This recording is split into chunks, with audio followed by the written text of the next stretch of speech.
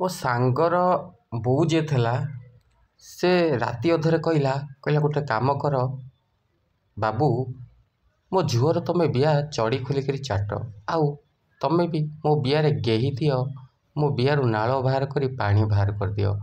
ମୁଁ କହିଲି ଆଣ୍ଟି ଏ କ'ଣ କହୁଛନ୍ତି? ନା ନା ସତ କହୁଛି, ତମେ ଯଦି ଆଜି ନ ଗେଇବ ତାହେଲେ ମୁଁ ଅଧୁରା ରହିଯିବି, ଆଉ ମୋ ଝିଅ ତ ଘିଆ ଖାଇଯିବ, ହେଲେ ମୁଁ ଘିଆ ଖାଇପାରିବିନି। ସେଥିପାଇଁ ତମେ ମୋ ଝୁଅର ବିଆ ଚାଟି ମୋତେ ଗେହି ଦିଅ। ମୁଁ କହିଲି ଠିକ୍ ଅଛି, ତମକୁ ମୁଁ ଗେହିବି, ହେଲେ ତମେ ମୋତେ ବିଆ ଚଟିବାକୁ ପଡ଼ିବ। 40 ବର୍ଷର ମାଇକିନିଆର ବିଆ ଚାଟି ଚାଟି ତା ଝୁଅକୁ ଗେହିଲି, ଆଉ ଝୁଅର ବିଆ ଚାଟି ଚାଟି ମାଆକୁ ଗେହିଲି। ପୁରା ଘଟଣା ମୁଁ ଏଇ ଭିଡ଼ିଓରେ ଜଣାଇବାକୁ ଯାଉଛି। ସମ୍ପୂର୍ଣ୍ଣ ଭିଡ଼ିଓ ଦେଖିଲେ ଆପଣମାନେ ଜାଣିପାରିବେ। ସେତେବେଳେ ସମୟରେ ମୁଁ କଲେଜରେ ପଢ଼ୁଥାଏ। ସେତେବେଳେ ଗୋଟେ ମୋର ସାଙ୍ଗ ଥିଲା କଲେଜରେ, ତା ନାଁ ଥିଲା ଅନିତା। ଅନିତା ଥିଲା ଗୋଟେ ସୁନ୍ଦରୀ ଟୋକି, ଯାହାର ଦୁଧ ପୁରା ଚିକଣିଆ ଆଉ ବଡ଼ ବଡ଼ ଭୁଣ୍ଡି, ଯାହାର ଗାଣ୍ଡିର ସାଇଜ୍ ଜବରଦସ୍ତ। ଦେଖିଲେ ଚାଟିକିରି ବିଆ ଚାଟିକିରି ଗେହିବା ପାଇଁ ସମସ୍ତଙ୍କର ଇଚ୍ଛା ହେବ। ଟୋକାଠାରୁ ବୁଢ଼ା ଯାଏ ତାକୁ ଗେହିବା ପାଇଁ ପାଗଳ ପରି ଅନେଇ ବସିଥାନ୍ତି। ହେଲେ ମୁଁ ଏତେ ସହଜରେ ବିଆ ଖୋଜି ପାଇନଥାଏ ଗେହିବା ପାଇଁ। ହେଲେ କ'ଣ କରିବି କ'ଣ ନାହିଁ, ମୁଁ ଚିନ୍ତାରେ ସବୁବେଳେ ଥାଏ। ହେଲେ ଦିନକର ଘଟଣା, ମୋତେ ଗେହିବା ପାଇଁ ଏମିତି ସୁଯୋଗ ମିଳିଲା, ତାହା ମୁଁ କେବେ ହାତ ଛଡ଼ା କରିନଥାଏ। ଦିନକର ଘଟଣା, ବର୍ଷା, ଏଇ ଥଣ୍ଡା ଦିନର ପାଗ ଥାଏ, ଏଇ 2 ମାସ ତଳର ଘଟଣା ଥାଏ।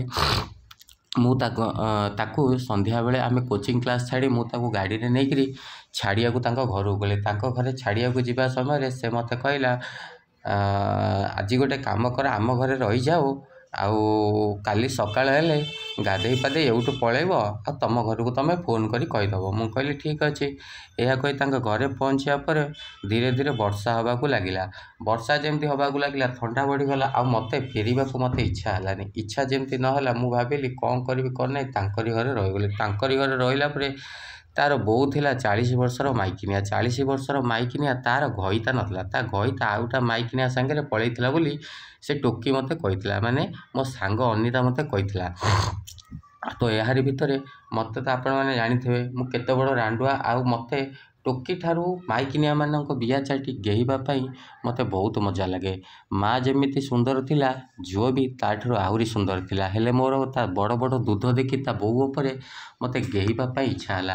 ଯେମିତି ଗେହିବା ପାଇଁ ଇଚ୍ଛା ହେଲା, ମୁଁ ରାତି ଅଧରେ ଶୋଇଥାଏ, ଖାଇ ପିଇକିରି ଆମେ ଶୋଇଲୁ। ତା ବୋଉ କହିଲା, ବାବୁ ଆଜି ଶୋଇପଡ଼, କାଲି ସକାଳେ ଯିବ। ହେଲେ ଟୋକି ନଙ୍ଗପଙ୍ଗ ହେଉଥାଏ ମୋ ଠାରୁ ଘିଆ ଖାଇବା ପାଇଁ, ଆଉ ମୁଁ ବି ଛନଛନିଆ ମୋ ବାଣ୍ଡ ପୁରା ଠିଆ ହେଉଥାଏ ଗେହିବା ପାଇଁ। ଥଣ୍ଡା ରାତିରେ ଗରମ ବାଣ୍ଡକୁ କେତେ ଅବା ସମ୍ଭାଳିବି। ସେଇଠୁ ଶେଷରେ ମୁଁ ମୋର ଖଟ ଉପରେ ଚଢ଼ି ମୋ ବାଣ୍ଡରେ ପେଣ୍ଟ ଭିତରେ ହାତ ପୁରେଇ ବାଣ୍ଡକୁ ହଲାଉଥାଏ। ବାଣ୍ଡକୁ ହଲେଇ ଥକି ସାରିଲା ପରେ ଟୋକିର ବୋଉ ସେପଟରୁ ଜାଣିପାରିଲା ଟୋକା ଗୋଟା କ'ଣ ଗୋଟା କାରସାଦି କରୁଛି। ଏହାପରେ ସେ ଡାଇରେକ୍ଟ କବାଟ ଖୋଲି ପଶି ଆସିଲା। କହିଲା, ଗୋଟେ କାମ କର ବାବୁ, ତମେ ମୋ ଝିଅକୁ ପଛେ ପରେ ଘେଇବ, ମୁଁ ବହୁତ ଦିନ ହେଲା ଘିଆ ଖାଇନି। ତମେ ମୋ ବିଆ ଚାଟ, ମୋ ବିଆ ଚାଟି ମୋ ଗାଣ୍ଡିରେ ବାଣ୍ଡ ପୁରେଇ ମନ ଭରି ଗେହି ଚାଲ, ମୁଁ କିଛି କହିବିନି। ମୁଁ ବି ଏହା ଶୁଣି ମୁଁ କହିଲି, ସତ କହୁଛ? ତାପରେ ସେ ମାଇକିନିଆ ଧୀରେ ଧୀରେ ମୋ ପାଖରେ ଆସି ବସିଲା। 40 ବର୍ଷର ମାଇକିନିଆ ପାଖରେ ଆସି ବସି ମୋ ପେଣ୍ଟ ଭିତରେ ହାତ ପୁରେଇବାକୁ ଲାଗିଲା। ମୁଁ କହିଲି, ଆଣ୍ଟି ଏଇ କଥା ଯଦି ତମ ଝିଅ ଜାଣିବ ତାହେଲେ ସେ ଖରାପ ଭାବିବ। ଆଣ୍ଟି କହିଲେ, ଝିଅ କ'ଣ ଜାଣିବ? ଝିଅକୁ ମୁଁ କହିବି, ତୋର ବି ଯଦି ଘିଆ ଖାଇବାର ଇଚ୍ଛା, ତୁ ବି ୟାଠାରୁ ଘିଆ ଖାଇଦେ, ଅସୁବିଧା କିଛି ନାହିଁ।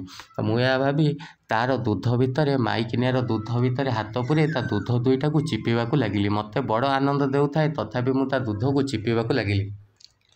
ଦୁଧ ଚିପି ମନ ମୋର ଖୁସି ହେଇଗଲା। ଖୁସି ହେବା ଭିତରେ ମୁଁ ସେଇଠୁ କିଛି ନ କହିକିରି ତା ଦୁଧକୁ ଚାଟିବାରେ ଲାଗିଲି। ଦୁଇ ପାଟିରୁ ପୁରେଇ ହାତରେ ଦବେଇବା କି ଦାବି ଚାଟିବାକୁ ଲାଗିଲି।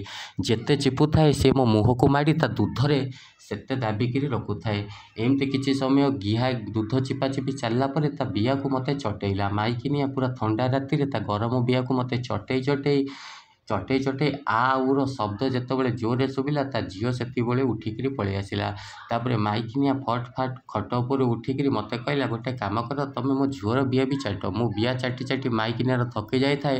ଶେଷରେ ଝୁଅ ବି ଚଢ଼ି ଖୋଲିକିରି ତା ବିଆକୁ ଆଣି ମୋ ମୁହଁରେ ଚଟେଇଲା। ମା' ଝୁଅ 2 ଜଣ ବିଆ ଚଟେଇ ଅଧଘଣ୍ଟା କାଳ ମା'କୁ ଗେହିଲି।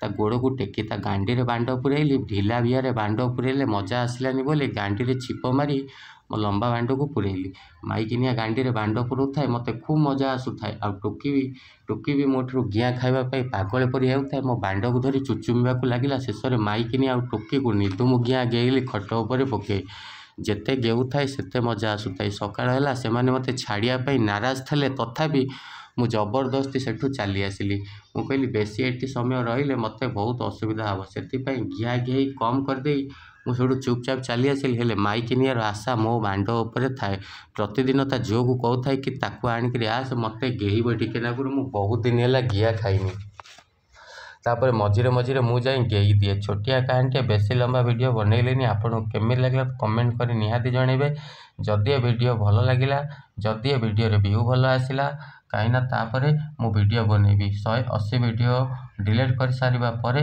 मोर मन जाउनी तथापि मु आज आपण मानक पई वीडियो बनैछि संपूर्ण वीडियो देखि कमेंट कले मो चैनल को सब्सक्राइब कले मु आपण पई बहुत घिया घेईर नुआ नुआ कहानी आनिक आसुछि तो चैनल को सब्सक्राइब करूँ यही स्टोरी आपको केमिति लगिला मन को नेबेनी ये गोटे कहानी जहाँकि नॉर्मल मनगढ़ा कहानी तो आपण मैंने 100% सब्सक्राइब करके जातु थैंक यू सो मच मु देखा भी अन्य एक वीडियो।